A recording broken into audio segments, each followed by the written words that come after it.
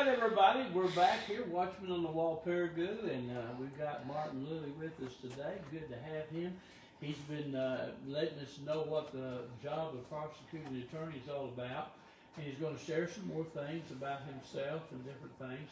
But there's a couple things I want to hear about that I don't want to forget. I wanted to share a little bit about his family a little more, and also your faith in God. And you know, to us as ministers ourselves, we're very we want to see men and women who are serving our community who have a faith in God. It's important to us. So share those things with us, if you would.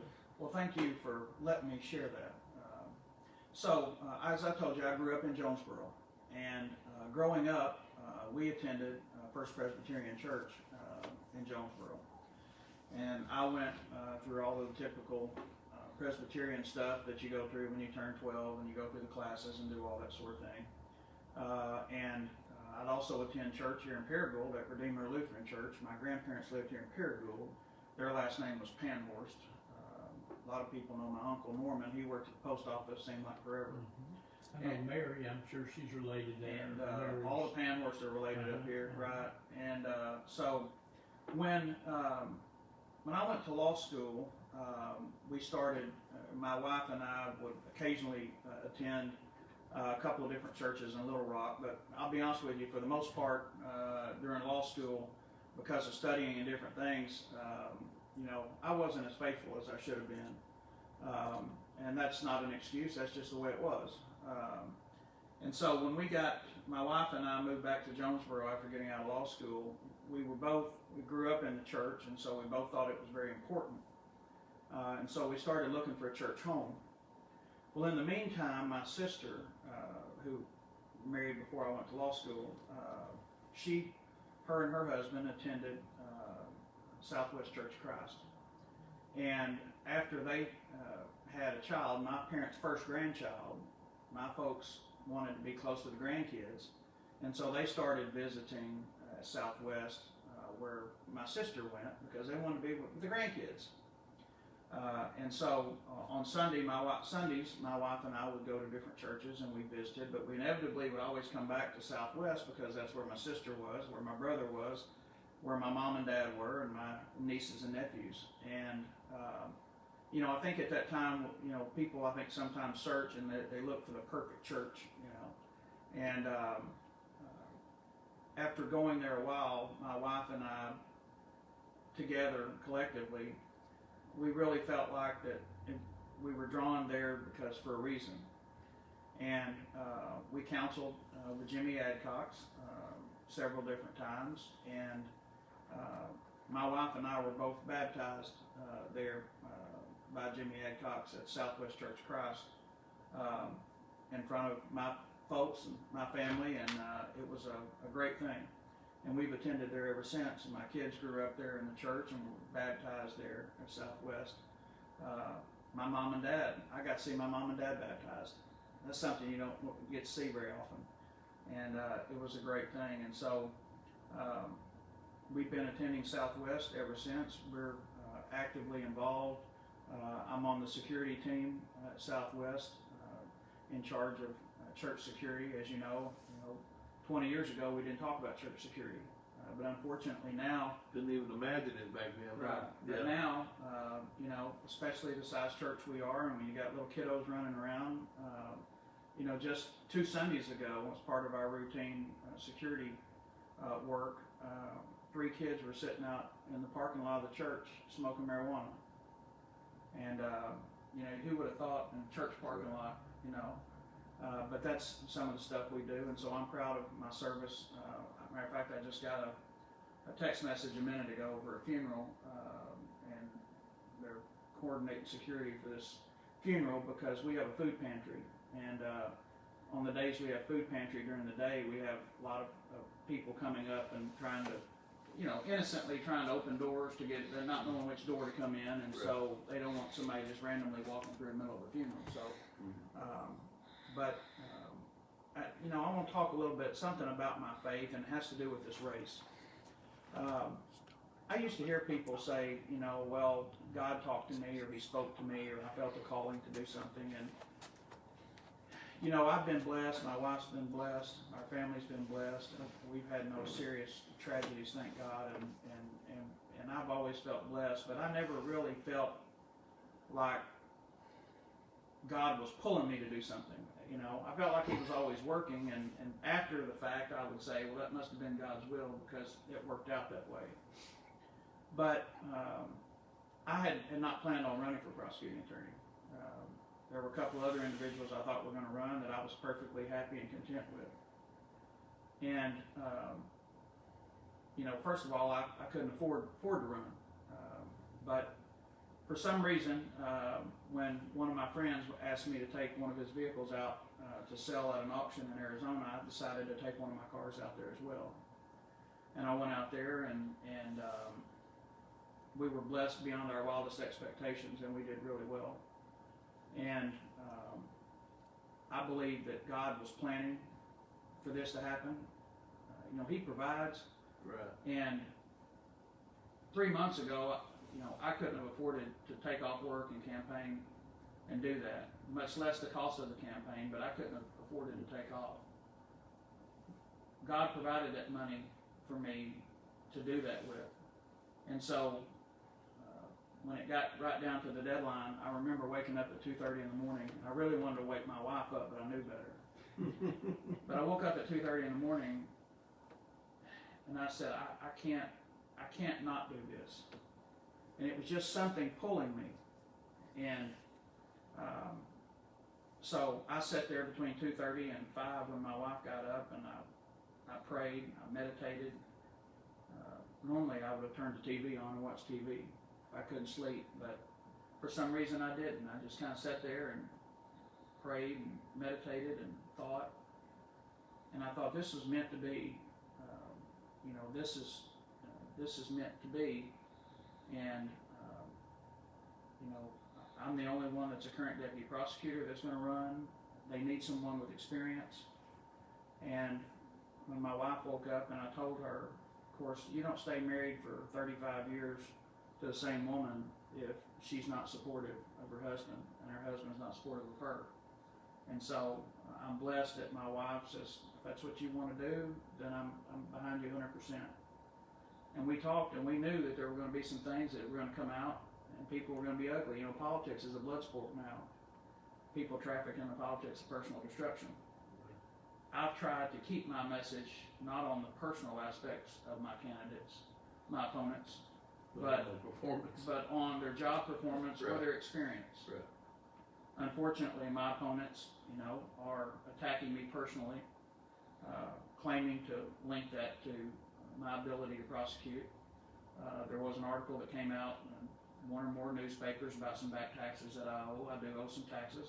That's getting taken care of. If it's a big issue to somebody, I'm sorry. But anybody that's been in business, in multiple businesses for 35 years, you're going to have a time when at some point you may owe some taxes. And I've hired a firm to take care of it. I have the money to pay it.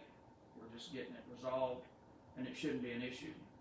There was another item that was sent out in a mailer about something that happened over 10 years ago, and it was an attack piece. It wasn't fair to me. It wasn't fair to my family. It accused me of doing things that just weren't true and were found not to be true. And because of that, after an 8-year investigation, think about that. You want to talk about being fair. 8-year investigation, I paid $50 in costs to the Supreme Court. Well, most of us have paid bigger seatbelt tickets than $50. And it wasn't even a fine. It was just $50 in cost.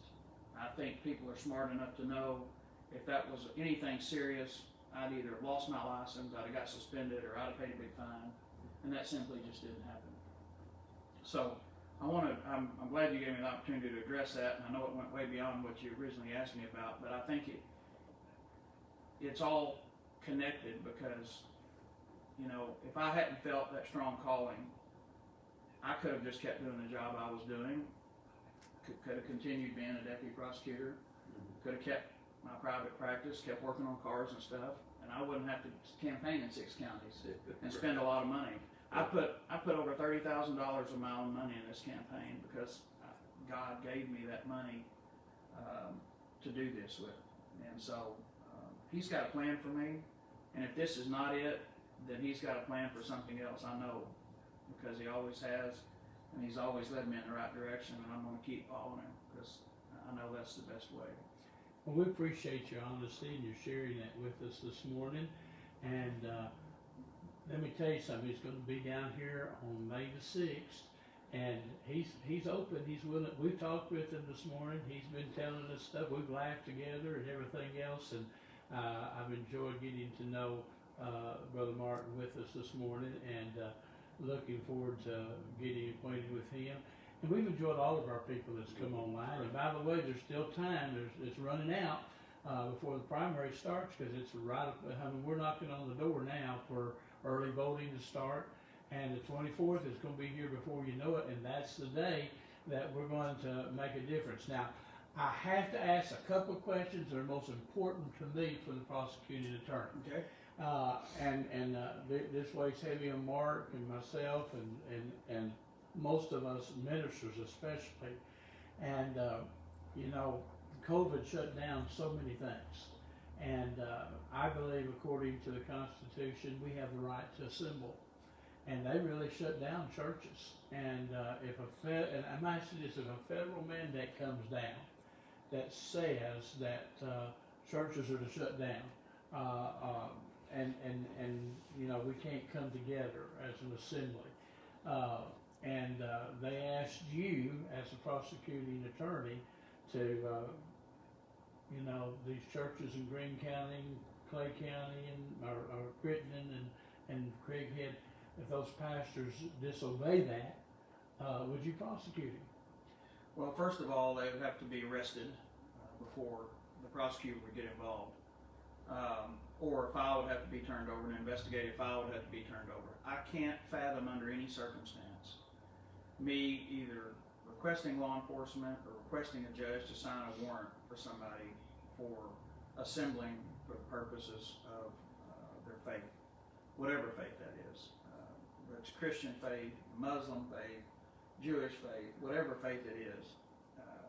I think if you want to assume the risk of gathering, and it's all done openly and honestly and not secretively, in the sense that somebody's not secretly say infected with the virus and know they have the virus, and they say, well, I'm going to go into service anyway, potentially infect these other people. I can't imagine ever pursuing a case like that. That's where prosecutor discretion comes in, and I think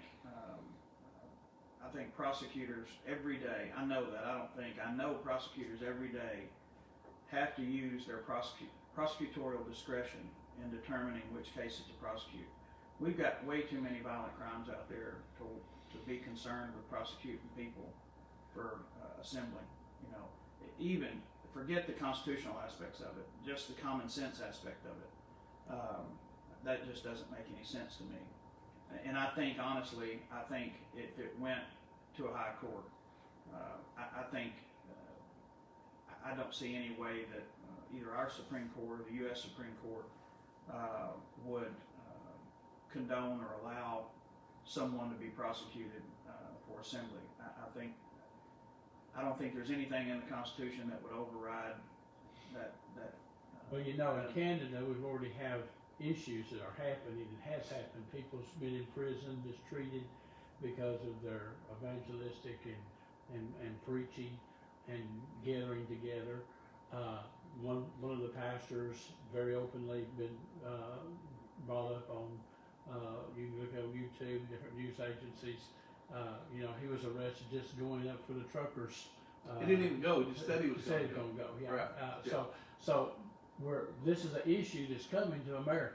And we see some cities already trying to pass things that we feel like are a violation of our constitutional rights.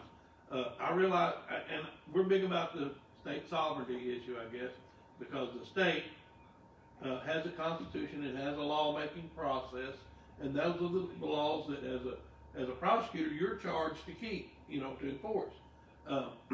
Now, the federal overreach by just making some kind of mandate. In our opinion, if that goes against our state laws, it would be on the prosecutor and the police and the sheriff to say, no, that doesn't, according to Arkansas law, they're not illegal. Well, I can't, you know. Let me say this too. I've been told by one of the other candidates that it would have to be prosecuted by federal people, but I, as working in law enforcement, I've had the call where they call down and say, hey, we need y'all to take care of this for us, because they don't have the manpower to do it. They always call the local people to do the work for them. If it was a really big thing, somebody might show up from their agency, but they still got to have the local people to do the work. That's why we say, in order to protect the people from the violating of our constitutional rights, our state constitution, and our state laws, we got to have prosecutors and sheriffs that are willing to say, no, we're not, you know. Anyway, go ahead. Well, not only, you know, could I not prosecute a federal case because I'm not a U.S. attorney, but I couldn't see any circumstance where a local prosecutor. Now, I agree, law enforcement wise, it's, I won't say it's never happened, and I don't know how often they call, but I know they do occasionally call local law enforcement and say, can you pick this person up for us or whatever.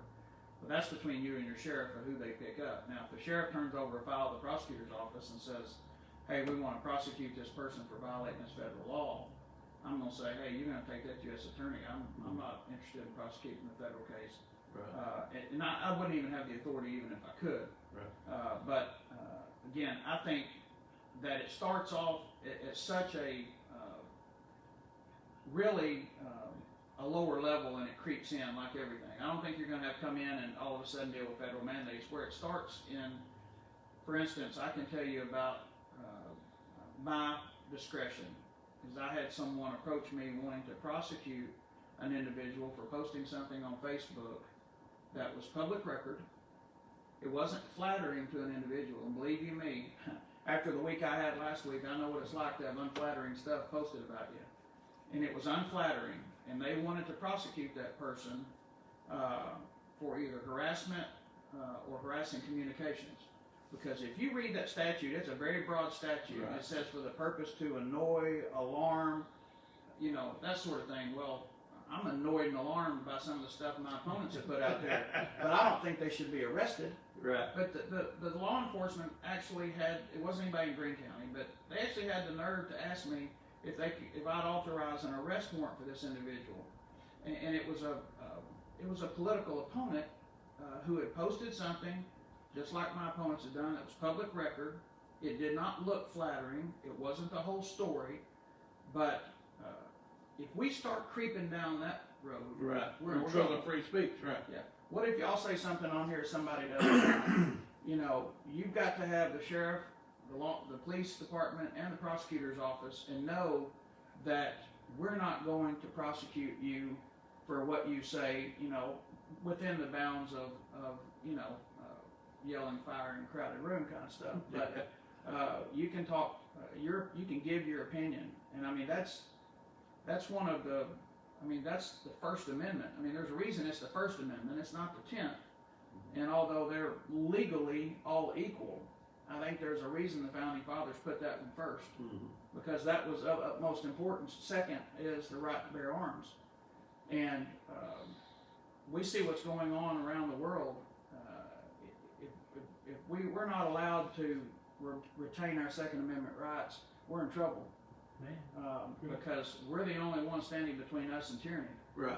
You know, we talk a little bit about as Christians, you know, people sit there and say don't mix politics and religion, but if you read any of the books of the prophets, God clearly does. You know what I'm saying? He doesn't separate the morals from one from the morals of the other. But as Christians, we tend to fall more in the conservative and the Republican camp because they believe the concepts and values that the Bible teaches. And so it matters who you vote for, what their moral standards are, what their values are. And so tell us a little bit about, I mean, I know that it's a nonpartisan race. Right, yeah. But you know, as I was telling one of the gentlemen we were eating with today, we're talking about something else, and I've told this story before, and I attribute it to my grandmother, but she's not the one who invented it. It says people more attention pay to what you do than what you say. Right. Well, you can put out one of these push cards, and you can talk about being conservative or that sort of thing, even though it's a nonpartisan race. That's smoke signals and keywords that to try to get, because right now in this area, the second district, people have leaned more toward the right and Republican values. But if you look at my voting record over the last several primaries, I voted Republican. My opponent, Corey Seats, has voted in the last 4 Democratic primaries. When Obama was elected, Hillary Clinton was running against Trump. And this last election with Biden, he voted in the Democratic primary. Well, he comes out and says that he's conservative, but he voted in the Democratic primary. And so I don't have to make excuses for my voting record, because my voting record shows I voted Republican. And so even though it's a nonpartisan race, running for prosecutor is not a slogan. It's not words, it's reality. Right. Well, and we've seen in other states where, for instance, we've had prosecutors that refuse to prosecute shoplifters. That companies that are pulling out of areas because they can't get protection under the law. And so these liberal values versus conservative values really does make a difference. It does in your everyday life, that's right, because there are prosecutors in some areas that are advocating either no or low bail or just signature bonds. They think it's wrong to require high bonds in some cases. There was for a long time, I know in Craighead County, if somebody was out on a felony charge and caught another felony charge, there was no active attempt to revoke their bond. Well, in my cases, if you're arrested and you're out on bond and you catch another felony charge, if it gets assigned to me, the first thing I'm doing is filing a motion to revoke your bond, because that bond was a privilege. You're lucky you got out in the first place. Right. But if you go out and commit another crime while you're out on bond, you definitely don't deserve to have that bond. And it really does look. It says something about our society when we've had multiple cases where people are out on bond and then commit a murder or a rape or something like that, a really heinous crime. Now, I'm not talking about a speeding ticket, like you said, the bad crime. When they look, they had a bond, and for most people that don't know this, let's say, for instance, they give you a $5,000 or $10,000 bond. You think, well, that's a lot of money to me and you, but you're only paying 10% of that, because the bondsman's covering the rest. You're lucky if you pay 10%. Yeah, right. If you've read the paper lately, you know the problem that we had. I don't know about another county, but in Craighead County, we had a guy at $250,000 bond. He paid a couple $1,000. He had shot someone over in north side of Jonesboro. Stephen Clark is a guy. It's public record. He was out on bond. He killed a guy in cold blood, robbed him in an apartment on the north side of Jonesboro while he was out on bond. But he didn't pay 10% of that $200,000. Some of those bondsmen will take a few $100s or a few $1,000s and do these big bonds. And so now, in a lot of these serious cases, and I'm glad for it, the prosecutors are asking, the police are asking, and the judge is granting, saying, look, you have to post that 10% either with the sheriff or otherwise post it somewhere. We ended up having to go, I believe it was St. Louis or Kansas City or somewhere, and extradite him, because after he murdered this guy, he ran off. Right. And so it's happening in our area. It's happening now. And without people there to stop it, it's going to get worse. Well, and so, I when I'm thinking about bonds and things like that, keep in mind the idea behind, for people that don't know, the idea behind the bond is this a surety that you will appear in court, that you won't flee and run off to another state like they do, and in this case with an open border, we're going to have a lot of them that simply go back to Mexico or and it's also, there is a provision in the bond. It's not only to make sure you're going to appear, but the court can also consider whether or not there's a likelihood of you committing other offenses. Right. And so in this particular case, if you shoot somebody down,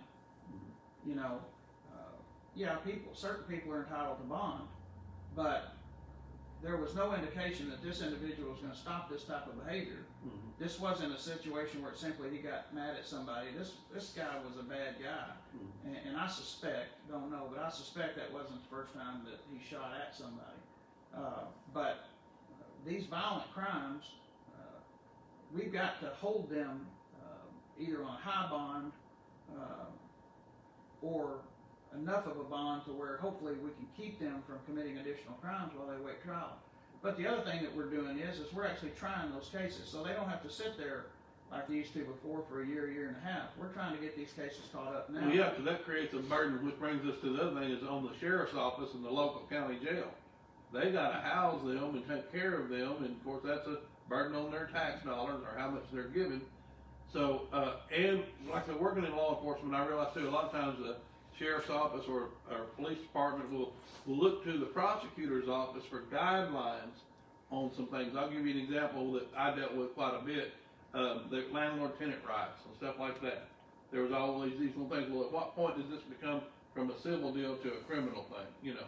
And so, but working in the sheriff's office and the police department, if they want to get a warrant, there's a certain requirements that the prosecutor's office is going to give them guidelines saying, hey, we want at least these things to be met before we will, you know, ask for a warrant. So talk a little bit about working with interacting with them, because that's it's very important that they get along. I've seen what it's like when the sheriff's office can't get along with the prosecutor's office. The people suffer because the work doesn't get done a good way. You're right, and it gets into more about form over function. People start fighting over the process, and the people get left behind. And so there's several things in there. First of all, as far as overcrowding is concerned, I do want to address that a little bit. As prosecutors, we have to quit being afraid of somebody that either first or second offense, minor drug possession. We have to quit being afraid of letting them go to a faith-based rehab or other rehab facility to get help. The Department of Corrections does not solve the drug problem. There's much drugs in the Department of Corrections as there is in most small cities. And so, for a long time, when we got on this deal about war on drugs. Now, drugs are bad and drug traffickers ought to go to prison. And their cases shouldn't be dismissed because of speedy trial. But if you've got some individual out there that simply is addicted and trying to get over that addiction, the most successful programs I've seen are faith-based, such as Grace Mission or John 3:16 or some of these others, because, you know, you look at your 12-step programs, your 12-step programs generally all involve faith in God, right. You know, and so it just seems to make sense that a faith-based rehab would be the way to go. As far as working with local law enforcement, you know, I've had a real good relationship with the departments. And when I was in Poinsett County, you think of all the different jurisdictions. It's not just the Poinsett County Sheriff's Office. You've got police in Wiener, you've got police in Waldenburg, you've got police in Harrisburg, you've got police in Marktree, Truman, Tyronza, Lepanto. I may have forgotten one of those, but you got all these, like 8 or 9 different municipalities in the Sheriff's Office. So you're talking about a broad spectrum of having to work with a lot of different people. And so I have a good reputation, and I've had a good working relationship with them. Since I predominantly do work in Craighead County now, I work with the Craighead County Sheriff's Office, but also work with the Jonesboro Police Department, the Bay Police Department, Wiener Police, or not Wiener, but the Bay Police Department, and other, you know, Black Oak and Caraway and those areas. And so I'm used to working with law enforcement, and we have a great relationship. One of the things I pride myself on is that I readily give out my cell phone number, probably way too much. But officers know that they can call me, and that if I don't answer their call, I will call them back pretty quick. And that's one of the things that I'm most proud of. When I first started prosecuting, they said, well, we can buy you a new cell phone, be your prosecutor's phone. That way, when you're not working, you can turn it off. And I'm like, I don't need a second phone. I got one phone that's giving my number. Well, they may be calling you. Well, okay. These things don't always happen between 8 and 5, and so it's not uncommon. And I'll tell you something else as far as prosecutor discretion when it comes to that. Even if somebody, sometimes just charging someone, you can ruin somebody's life. Oh, yeah. And I had a case the other day where an officer presented me a case, and the allegation was rape of a 16-year-old by a step-parent. And they wanted me to okay a warrant to go arrest this person. Well, the individual had denied it. We're waiting on, the physical evidence didn't prove that he did it. There are some other kind of witnesses and some irregularities, and they wanted to just go ahead. I'm not going to name the agency. It wasn't in Craig County. They wanted to just go ahead and make an arrest and then kind of investigate after. And I said, the minute you arrest this man for rape, his life is over. Mm-hmm. You accuse somebody of raping a 16-year-old, your life is over. Even if you go and the case is either dismissed or the guy's found not guilty, they won't remember that. Right. They'll remember he was charged. And so I take it very seriously. Before I file a charge, I don't file a charge if I think, well, he probably did it. I don't file a charge unless I can prove that somebody did it. Right. And I think far too often, having been accused of things, I'm very aware of what it's like to be accused of things. And so I think that ought to be taken into consideration. And you ought to have a prosecutor that's not afraid to stand up to law enforcement and say, you are doing a great job, you're doing a good job investigating, but let's interview a few more witnesses, or let's get some stuff tested. Well, and in law enforcement, I wouldn't say 90%, but a large percentage, when we first take a report of an alleged rape, it turns out to be false. A large percentage. And of course, if evidence does support it, then we move forward with it. But one of the things, I remember one particular deal where a person was accused of rape, and there was a lot of evidence, and they moved forward, and he was not guilty, but he was ruined. He was fired from his job. His wife had divorced him. He was ruined, and then come to find out the man was innocent. I remember cases like that, and that's why it's very important. You wouldn't want to be that guy. You know what I'm saying? That's a terrible thing. It is important. My very first case, it went to the Arkansas Supreme Court, and it was reversed. And the guy spent a year and a half in prison with a conviction for rape, and it was overturned. And then later, his brother ended up confessing to the crime because he committed another rape, and it was found out that he did. And so that guy's last name, it's public record, Vann, V-A-N-N, and it's 1992. It was the very first jury trial I ever had, and I was defending him. And I took it to the Arkansas Supreme Court, and they reversed it and said that they let child hearsay in, it wasn't admissible. Mm-hmm. And, in this particular case, it's not a matter of a technicality. He really didn't do it. Right. But because of the zealousness of the prosecutor wanting to try to make their case, they were able to convince the judge to let some hearsay in, and the Supreme Court said no. And then by the time he was released, another rape had occurred, and his brother confessed not only that one, but said, yeah, I did the other one too. So well, we do have a question. Okay. Sherry Boone says, where do you stand, and how do you vote for candidates supporting abortion? Well, I can tell you my personal feeling is that I'm against it. Obviously, I know what a woman is and a man, and I'm not a woman, so I haven't been in those shoes. But as I was explaining earlier, I just can't wrap my head around that. I can't see any reason. I assume if a doctor came in and said, you're going to die if we don't remove the baby, if it's to save the mother's life, I can understand the procedure. But to simply abort a child, I just can't. I try to look at things objectively. And so, not only from my Christian faith do I think it's wrong, but even if I try to put that aside, and as what I think I'm a reasonably intelligent individual, and even if I'm not looking at it from a biblical standpoint, as a human being, I mean, I cried when my dog passed away 6 months ago. Maybe I'm soft-hearted in that sense, but I just can't wrap my head around how somebody could do that. As far as other candidates, years and years and years ago, a long time ago, probably about 25, 28 years ago, I ran for city attorney in Jonesboro. And at that time, it was a part-time job. And I was at, I think it was Kiwanis Club, and a person raised their hand, they wanted to know what my stance on abortion was.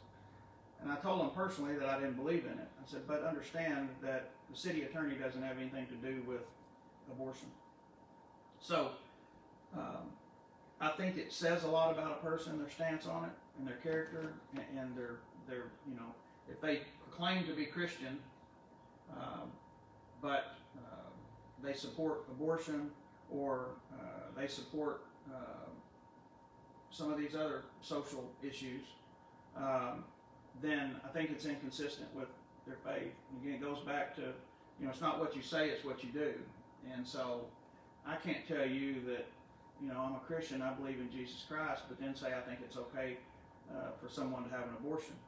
And so that's just the way I feel about it. Now, could I vote for a candidate that was for abortion? I don't know. I'd have to think on that and pray on that, because it would have to be, maybe I could see where if there were no other choice, say 2 candidates and they both, you know, and it was for city council member and they both, you know, were for abortion. You know, I believe in voting. I would try to find the very best person that I could, and maybe vote for them in spite of and not because of. So I would hope I wouldn't have to make that choice.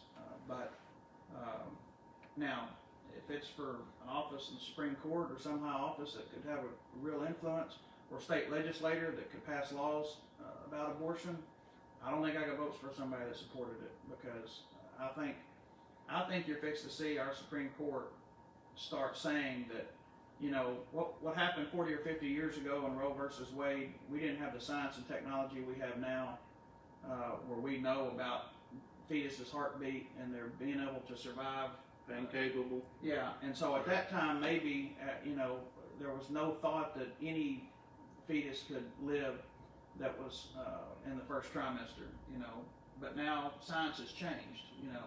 And so I believe, and so I think we ought to start moving forward with those laws restricting abortion, in hopes that our Supreme Court will say, you know what, that's constitutional, because the more we restrict it, the less abortion there is, the better we are, in my opinion. So you made a mention earlier about the faith-based programs, and I know at breakfast you told us a little story about John 3:16. Do you want to share that? Yes, I told the story last night. We had a little get-together, John 3:16, cook fish, and a very good friend of mine had a son who had a drug problem. And as oftentimes happened, his drug problem culminating in him and his wife getting into a fight, and he got physical with her. And she went to the hospital and reported it to the police. Well, they issued a felony warrant for him. And he called me and wanted to know what to do. And at that time, I was an elected constable. But I told him, look, there's a warrant for your arrest, and you turn yourself in. He said, well, I don't want to. Can I come to your house? And I said, well, if you come to my house, you're welcome to. But if you come to my house, understand, I'm going to have to take you into custody, because you've got a felony warrant. And even whether it's being a prosecutor or an attorney, you know, if you've got a felony warrant, I'm not going to harbor a fugitive. Right. And so he came. And it was the hardest thing I ever had to do. I put handcuffs on him in my house, and I called the police, because honestly, wasn't scared of him hurting me, but I thought he might try to run off, you know, once the police started showing up. Well, the police came. The judge was smart enough to give him a bond that he couldn't make right off, and his family had the will to say the best place for you to get cleaned up is in jail. And after he sat several months in jail, a lot of people, we all worked to get him accepted into John 3:16. He didn't want to go. He fought his mother, I don't mean physically fought, but argued with his mother all the way up. But it was a condition of him getting this criminal case taken care of, is he had to get accepted into John 3:16. If he didn't get accepted, he was going back to jail. Well, he got accepted. And several months later, I was fortunate enough to see him get baptized up there. And he's accepted Christ, and he introduced me last night. He's graduated. He's got a great job now. He's supporting his family. He's a fine Christian person now, and that's a success story. And those are the types of things that I'm most proud of, is when you can have those success stories.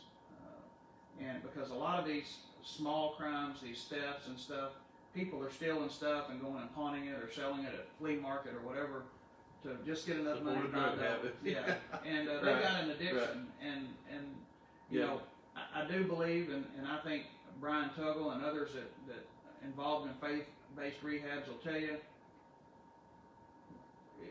a lot of them want them to sit 30, 60, 90 days in the county jail and get that stuff out of their system, because they can't really start thinking clearly until they're able to get off of that stuff.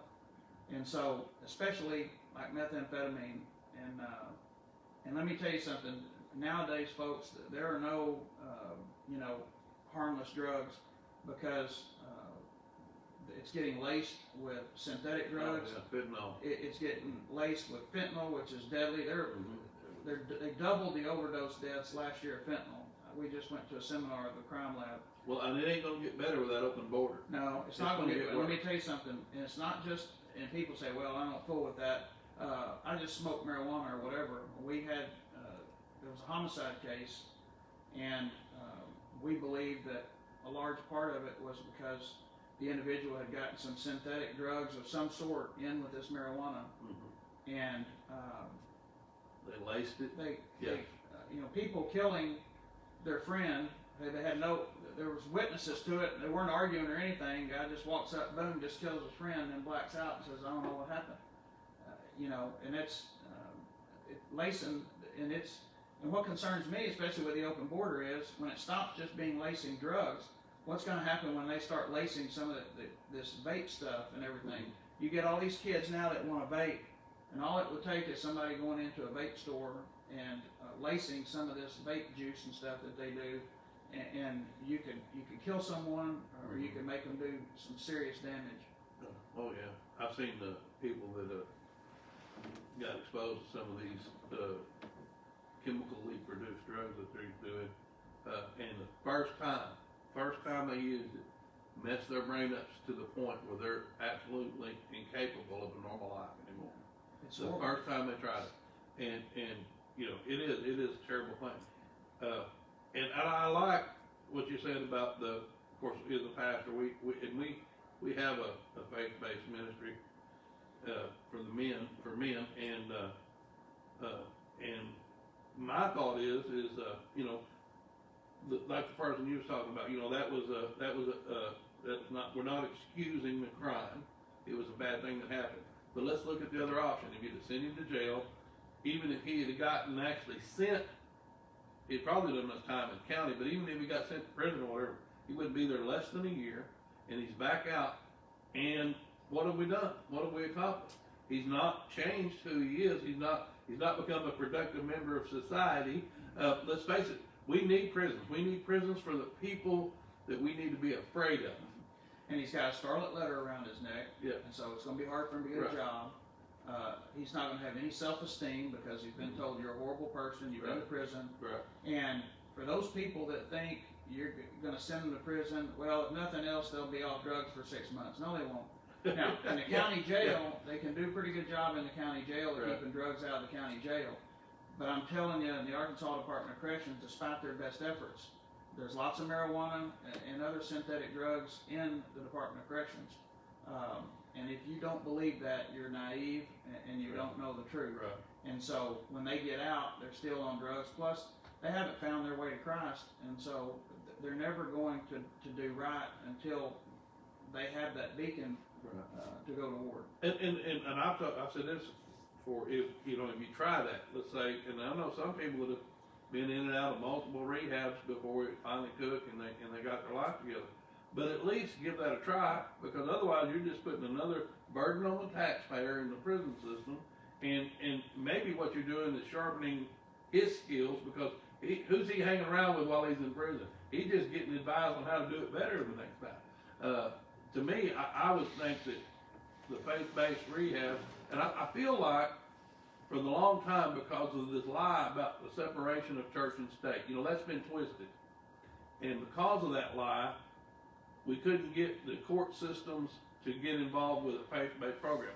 What I believe actually opened that door was just the simple fact that we had too many. There's so many in prison. We're looking for any place to put them where we can get them some help and get them off the streets And then when they started seeing progress with all these people turning their life around and becoming productive citizens, I think it proved itself that way. Well, and what else proved it is, you know, as they say, the proof's in the pudding. Mm-hmm. When you have these young men, and in the case of John 3:17, young women, when you have them turning their life around, and a lot of what happened, I know, like for me, was I didn't have a lot of faith in it when I first started, but because of the congested docket and it took so long for stuff to go to trial, we started seeing a few people voluntarily go to like John 3:16 or John 3:17. And then 9 months later, when they would graduate and they would come into court, and I would look at them and Different I go, person. that's not the same person. Sometimes Yeah. I wanted to go stay a couple months just to see if I could look better coming back later. And Yeah, so, I'm telling you, the before and after picture is a whole new person. so we can't, as prosecutors, take credit for it, because most of us were, you know, skeptical. But I've seen it, I know what it does, and I've been up there. I don't think either one of my opponents, and I don't know, I don't want to say, but I don't know, they've never said that they've actually been to John 3:16 or the other faith-based programs. But I've actually been, and I'm telling you, until you go and you go through a church service with them, you may think it's a gimmick, or you may think they're just going through the motions. I'm telling you, they are studying the Bible. They're spending hours each day studying the Bible. They're in small groups. They're taught how to work. A lot of times they're taught a skill, and I don't know of any of them that have gotten out of these places that they don't have a job on the outside, if you will. And just like my friend, he didn't get the first job he wanted, but he had no problem getting a job when he got out. And now he's got a great job working for the railroad. But he wouldn't have had that job if he had went to prison, got a felony, and he wouldn't have that good job. And so we've got far too many young people who have drug problems that can be helped. And like you say, let's give them suspended sentence.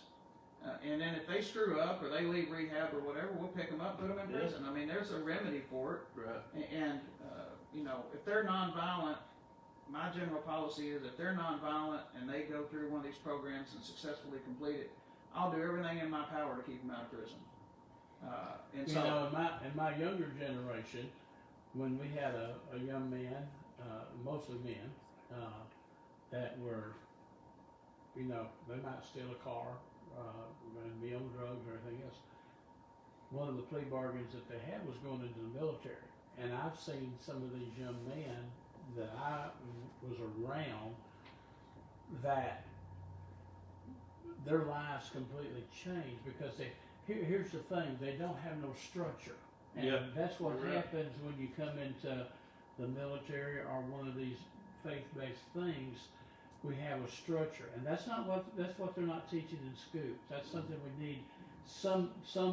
We as ministers, we need to really get down on this. Our kids have no structure. They don't know what to do. They don't know how to do. And sometimes just teaching somebody a trade can give them a life that will change their whole life. we need to need to change the stigma of trade schools. You know, we got into this, you know, a while back. Some of the national politicians started saying, well, you know, everybody needs a 4-year degree. Everybody needs to go to college. No, everybody doesn't need to go to college. Not nowadays. Go try to find a plumber or an HVAC guy. Right. And see how much they make. We need people that are far smarter than me and have mechanical ability to go into the trades of being a plumber, HVAC, electricians, the trades. And we've got to get it to where it's not looked down upon. You know, I'm going to Votech or I'm going to a trade school. Oh, you're not going to college? No, I'm doing something better for myself. I mean, what are you going to, you go and get a 4-year degree now, good luck finding a job. Well, and look at all these people that are wanting all their student loans forgiven. Billions of dollars. That's taxpayer money now. The government don't have any money, they have our money. I keep telling people that. That billions of dollars that the taxpayers are on the hook for, they're wanting to forgive them. And I'm sorry, I mean, I understand that's a tough situation, but you knew that when you signed up. So you need to honor the debt you made. I tell you what, that's something that's very personal to me, and I'll tell you why. My oldest daughter is in the Navy. She went to ASU on a scholarship, and she went to dental school on a Navy scholarship, basically. but she had to commit to 4 years in the Navy because she didn't want student debt. Mm-hmm. Well, it's unfair to her and Right. me, and I paid my student loans. Mm-hmm. It's unfair to us if we're saying now, yes, you went and got a history degree because you thought it was neat, and you borrowed $300,000 so you could party on the weekends and not have a job like I did when I went to college. And so now you want us to forgive it because you can't find the job that you want. Well, that's not fair. It's not fair to me. If you're going to do that, then tell my daughter that you're going to relieve her of her Navy commitment, that she doesn't have to do that. Now, she might stay in anyway, but it's not fair to those people who, and it's not fair to the people who worked during college like I did and my wife did, because they didn't want to borrow so much money.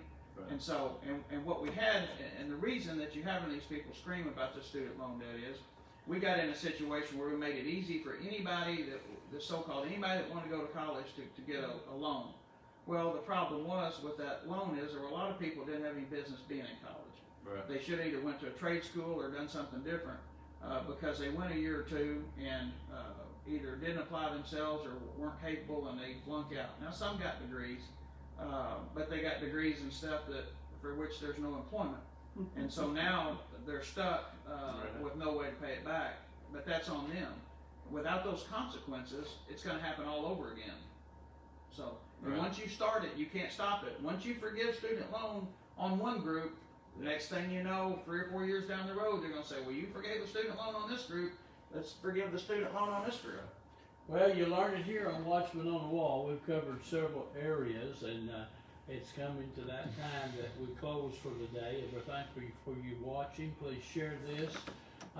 And in closing, do you have any last-minute statements that you would like to say to everybody? Well, I would like to say that I think it's very important to have experience in this job. And I'm the only one that has experience in prosecuting violent crimes. Am I perfect? No, I'm not. But the one who is perfect has forgiven me. And it has not affected my ability to prosecute cases, as I've talked about today. And so I believe that good people want good, competent people in office. I think that they will look beyond the politics of personal destruction and vote for the person with the experience and the ability to do the job. And understand that nobody goes through life undefeated. Everybody has problems from time to time. And so, I ask you for your forgiveness in not being perfect. And I will tell you that there's not anybody that will work any harder as your prosecutor than I will if I'm elected. And I appreciate your vote. All right, you've heard it here from Brother Martin Lilly this morning. And be sure to share this with others and get the information out there and let people know what's going on. Just a couple announcements I want to remind you of. May 5th, that's the first Thursday in May, is the National Day of Prayer. We'll be meeting at Westview Baptist Church, 704 Morgan Street. Brother Mark Reeves is the pastor there for our annual National Prayer Meeting. Everyone is invited. And folks, I'm going to tell you something. We had a rally this past Saturday in Little Rock. It was a freedom rally. Brant Smith talked. We had Doc Washburn was there and some others. And folks, it was just nobody came. And that's what I'm seeing. We're presenting opportunities for you to show your faith in God, your love for country, your love for family, in different things. But unless we gather around that and show the people that we love our faith and love our family and love our country, we're not going to accomplish anything. So please come and join us, and please share that information with others. And then on Friday night, May the 6th, the following night at Reynolds Park, we're going to be having our Meet the Candidates. You can come and eat. We're going to have tacos out there and some nachos and good things to eat. So come and be a part of that. And we're just looking forward to great things. And God is good. He loves us all. It's always a joy to be with Brother Mark. Brother John has come on to help us with the camera. We appreciate him so much. And We enjoyed having you today with us, Brother Martin. Thank you so much. Any last word? No, I appreciate all of you tuning in. Please remember, like and share, make comments. It helps get the word out to everybody.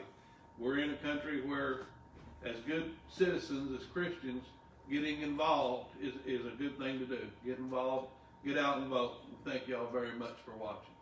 So long, till next time. This is Watchmen on the Wall Paragoose signing off till next week. We'll see you then, Lord willing. Bye-bye.